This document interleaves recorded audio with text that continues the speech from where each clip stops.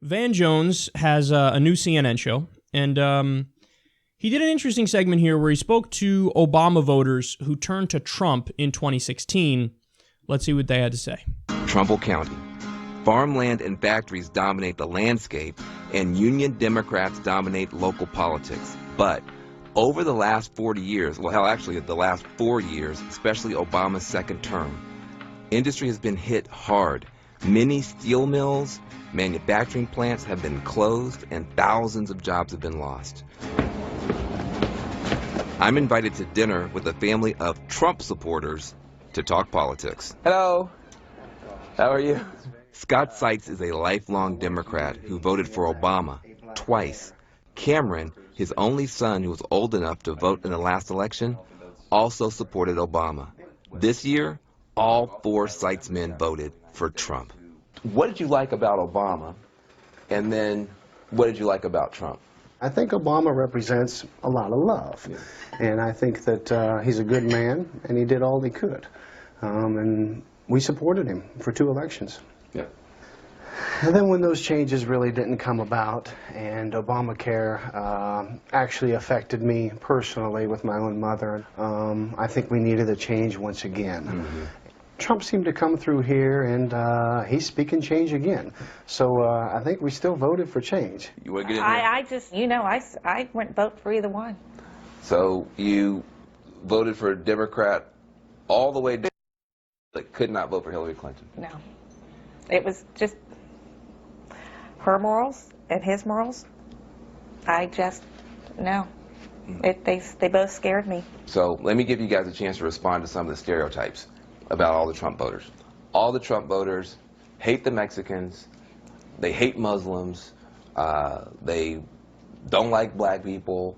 They're just, all of his explosive kind of racial talk was what really got everybody going. One of my jobs is helping counseling individuals recovering from drug and alcohol addictions, and I'm just going by the statistics at my location. Most of them are minorities. I would probably go as far as to say 85%. So, if that were the case, and if I was racist, then I just don't believe that I'd be very good at my job. But I'm not the stereotype that individuals think we are. So how does a billionaire, I mean, you guys are serious, like the working class backbone of America and the industrial heartland. How does a billionaire break through to the blue collar worker? We put Democrats in office, and she turned around and forgot completely about us. We are what makes this world go round.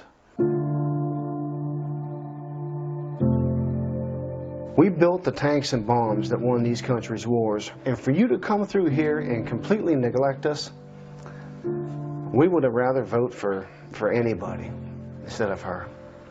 And all the other stuff that Donald said didn't seem to make a hill of beans. She hurt us. And that's what it is. What a racist. Ugh. What a fucking misogynist. He sounds like he despises Muslims, let me tell you. Okay, look, I don't mean to be flippant, because the reality is, sure, there are many Donald Trump supporters who did vote for him because of those horrific, grotesque, bigoted things he said. I'm not downplaying that. All I'm saying is, there are other people who voted for him who did not vote for him because of that gross shit he said. They voted for him despite that. They overlooked that and thought exactly what he just said. We voted for change. We voted for change with Obama. They voted for Obama twice. But now we voted for Trump. Why? Because he didn't do anything for us. And Trump is saying, I'm going to change things.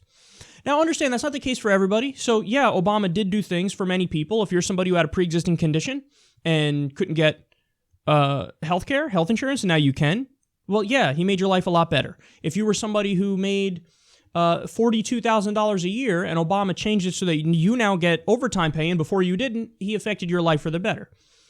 But if you're somebody whose factory got, shut down and the job shipped overseas under Obama, and, meanwhile, he's pushing for TPP and pushing for even worse trade deals that would make it so we lose even more jobs, well, then Obama didn't really help you on that front now, did he?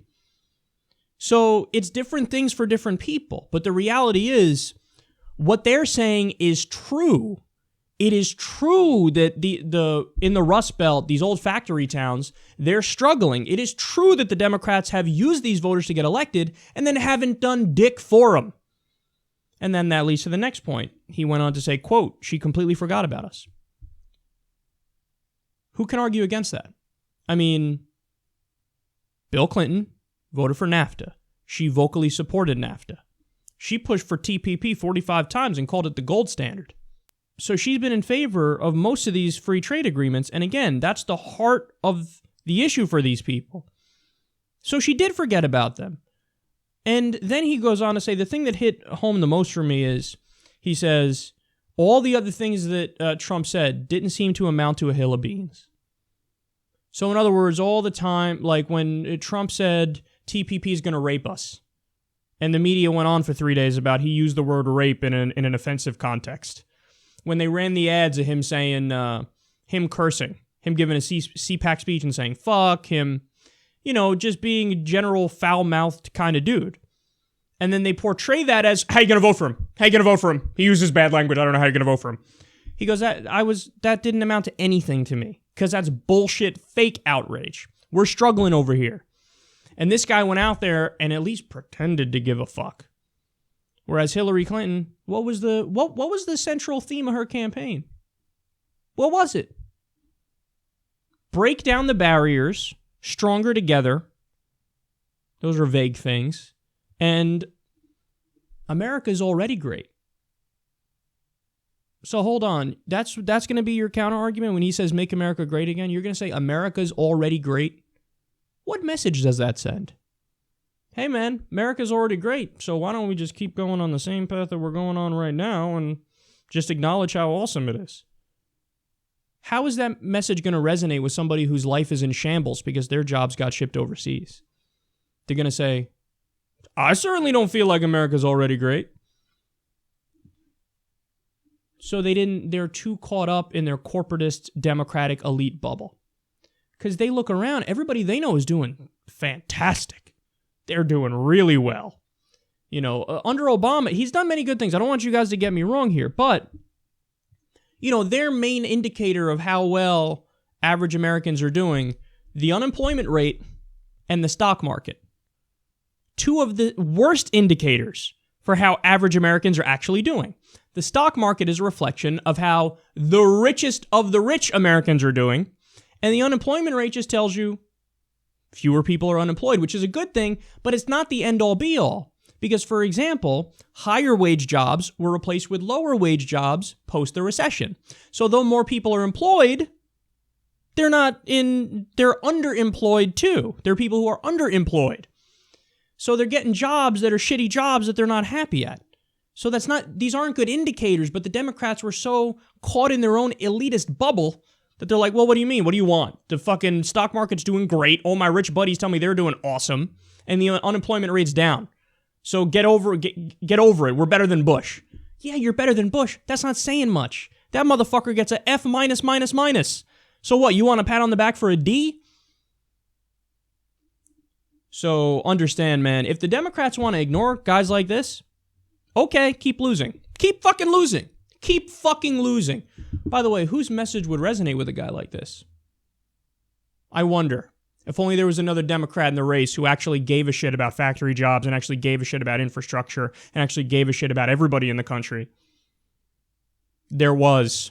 And the Democrats did everything they could to make sure he didn't get the nomination. Because Hillary's more electable. Hillary's more electable. Hillary's more electable. How the fuck did that work out for you? And now the same people that made the shitty predictions then are the ones who are trying to tell us which direction the party should go in now. Not on my watch, bitch. Not on my watch.